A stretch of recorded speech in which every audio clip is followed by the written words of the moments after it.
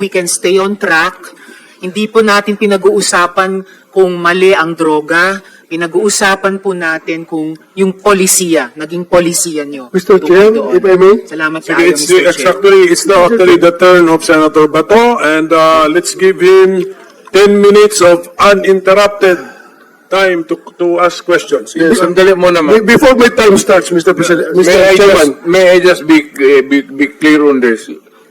Yung ano yung lumalabas sa karakter ko, yung policy ko, yun na yung experience ko, kaya lumalabas yung sa utak ko, pati bunganga ko. Yun na yun yung galit ko. Galit talaga ako sa droga, sasabihin ko sa inyo. Mainit ako. Thank you. Thank you, Mr. President. Lahat tayo, we are all the product of our own experiences. Tama. Sige, Senator Bato, you have the floor. Yeah, thank you, Mr. Chair.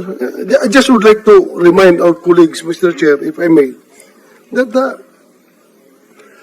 we invited the former President to listen to him.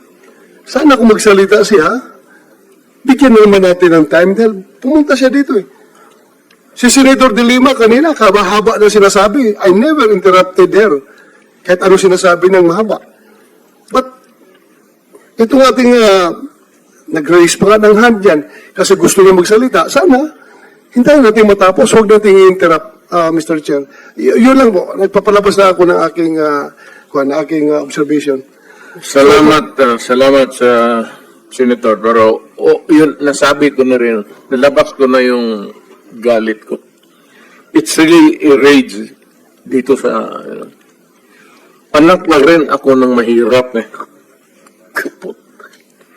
Dumating kami ng Davao na we have to hack. Puro kahoy pa yan. We have to clear the forest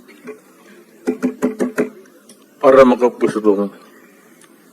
Kaya dumaan ako dyan sa yung boulevard na yan. You will be familiar because you're from Mindanao.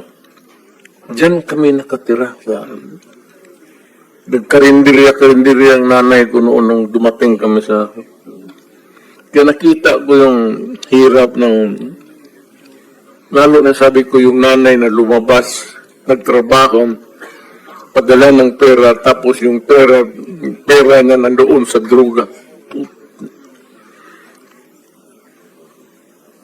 Thank you, sir. I'm sorry, but tapos na ako. Nailabas ko na. Sige. Salamat.